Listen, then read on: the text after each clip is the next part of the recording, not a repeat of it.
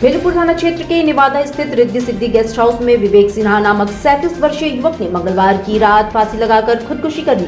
युवक बजरडीहा स्थित शिवा इनक्लेव पटिया का मूल निवासी था।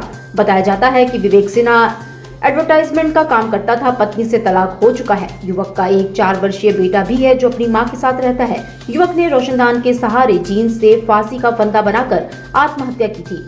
उसके कमरे से सुसाइड नोट भी बरामद हुआ है। इसमें खुदकुशी का कारण पारिवारिक कलह बताया गया है। युवक पत्नी से तलाक के कारण डिप्रेशन में रहता था और नशे का भी आदी हो गया था।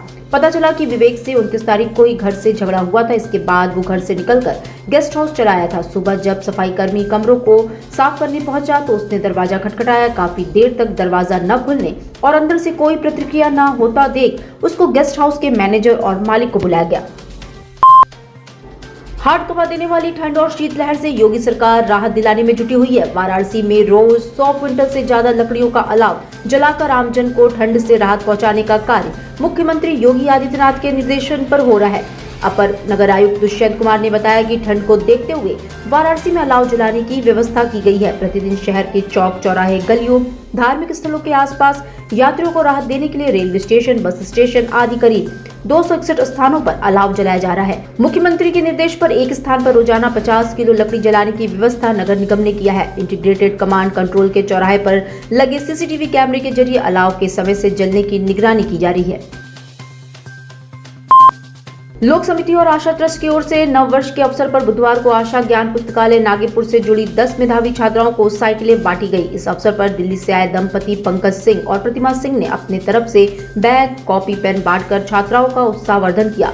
मिर्जा मुराद थाना प्रभारी दीपक कुमार ने साइकिल वितरित किया। न्यू ईयर पर साइकिल स्कूल बैग के रूप में गिफ्ट पाकर छात्राएं खुश नजर आई। लोक समिति संयोजक नंदलाल मास्टर ने बताया कि मेधावी छात्राओं को पढ़ाई की सुविधा के लिए साइकिल देने की योजना शुरू की गई है।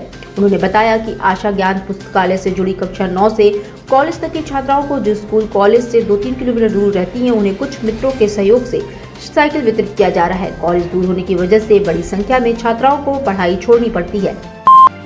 नव वर्ष में कड़ाके की ठंड को देखते हुए सामाजिक संस्था काशी हिंदू सेवा समिति की ओर से बुधवार को मैदागिरी स्थित गोलघर पर गरीब व असहाय के बीच कंबल व मास्क का वितरण किया गया। इस अवसर पर बतौर मुख्य अतिथि भाजपा के वरिष्ठ नेता प्रेम प्रकाश कपूर ने जरूरतमंदों को स्नेह रूपी कंबल उड़ाते हुए कहा कि भयावह ठंड में ये बड़ा सहारा होगा।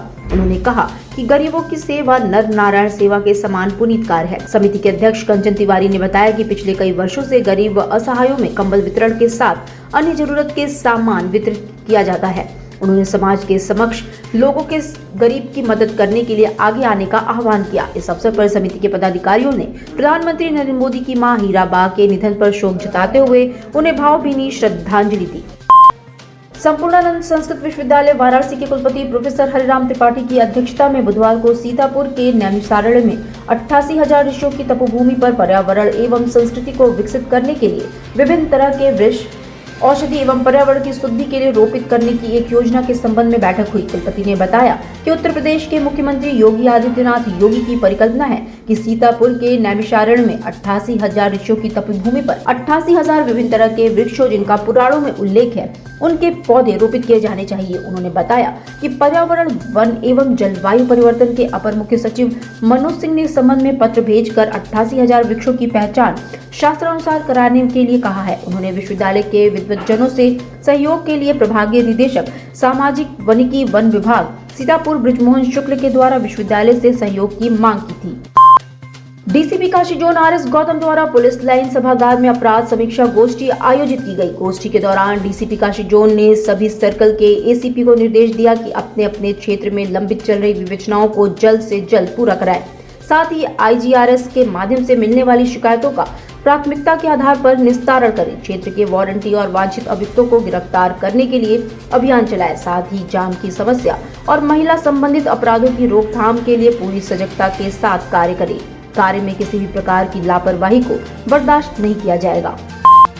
मुख्यमंत्री योगी आदित्यनाथ के नेतृत्व में बुधवार को टीम यूपी मुंबई पहुंची है। यूपी ग्लोबल इन्वेस्टर्स समिट के लिए निवेशकों को आमंत्रित करने के लिए मुंबई पहुंची टीम में मंत्री नंद गोपाल नंदी और राज्य मंत्री रविंद्र जायसवाल भी शामिल हैं। टीम योगी का लक्ष्य इस साल यूपी में 17 लाख करोड़ के निवेश को आमंत्रित करना है।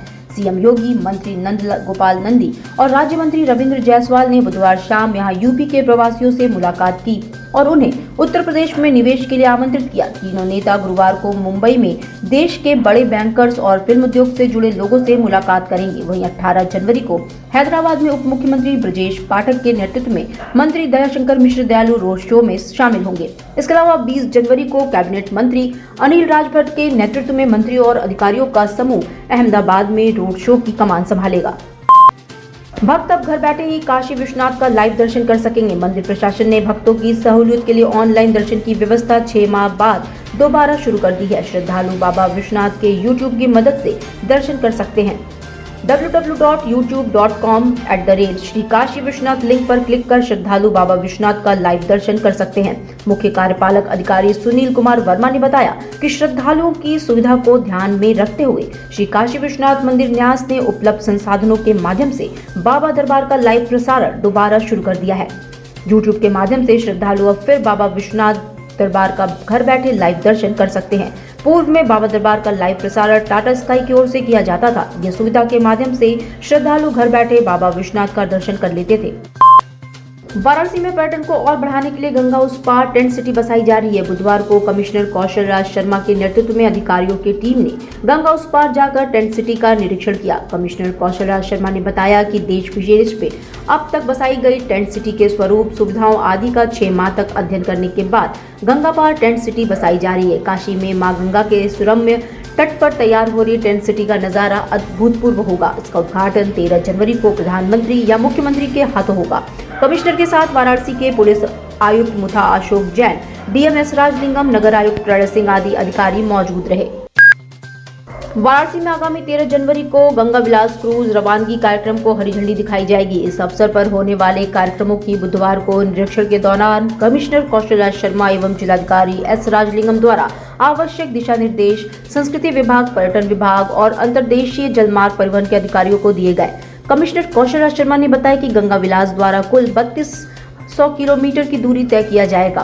क्रूज द्वारा की जाने वाली ये दुनिया की सबसे लंबी यात्रा होगी। 13 जनवरी को गंगा विलास क्रूज के उद्घाटन में 32 पर्यटन स्विट्जरलैंड तथा 1 जर्मनी कुल 33 पर्यटकों की टीम शामिल होगी। ये यात्रा कुल 50 दिनों की होगी। 50 दिनों का ये सफर भारत और बांग्लादेश के 27 रिवर सिस्टम से होकर गुजरेगा। वास्तुशिल्प के लिहाज से हम 50 से अधिक जगहों पर यह क्रूज रुकेगी, जिसमें विश्व विरासत स्थल भी शामिल हैं। ये जलयान राष्ट्रीय उद्यानों एवं अभ्यारण्यों से होकर ही गुजरेगा, जिसमें सुंदरबन डेल्टा और कांजीरंगा नेशनल पार्क भी शामिल है। इस परियोजना से भारत व बांग्लादेश को दुनिया के रिवर क्रूज नक्शे पर ला दिया जाएगा। प्रधानमंत्री जी के द्वारा ही अधिकारियों की वीडियो कॉन्फ्रेंसिंग के माध्यम से ये निर्देश दिए गए थे कि हमें पर्यटन के पॉइंट ऑफ व्यू से इसका और ज़्यादा पोटेंशियल सोचना चाहिए। तो पिछली वर्ष जो उनके द्वारा निर्देश दिए गए थे उसके बारे में 6 महीने तक लगातार रिसर्च चली। अलग अलग जगह जहाँ टेंट सिटीज़ चलती हैं, चाहे गुजरात हो चाहे उड़ीसा हो, वहाँ के मॉडल स्टडी किए गए और उसके बाद बाकायदा टेंडरिंग करके कंपनीज सेलेक्ट करके 10-10 हेक्टेयर के 3 पैचेस पे फाइनली टेंट सिटी अपना स्वरूप लेने जा रही है। उसका भी उद्घाटन 13 जनवरी को करवाया जाएगा और माननीय प्रधानमंत्री जी इस क्रूज के उद्घाटन में शामिल रहते हैं तो उनके हाथों से, अदरवाइज माननीय मुख्यमंत्री जी के हाथों से इसका उद्घाटन होगा। और पर्यटन की दृष्टि में वाराणसी की एक नई छलांग इसको कह सकते हैं कि एक अलग अभूतपूर्व नज़ारा इसमें देखने को मिले। डिजिटल इंडिया का digital new platform live VNS पिछले 7 वर्षों से बनारस की सेवा में। पाइए बनारस के कोने कोने की खबर निष्पक्षता के साथ। लाइव VNS से बनारस की ताज़ा तरीन खबरों के लिए प्ले स्टोर से डाउनलोड कीजिए लाइव VNS ऐप या फॉलो कीजिए लाइव VNS को सोशल मीडिया पर।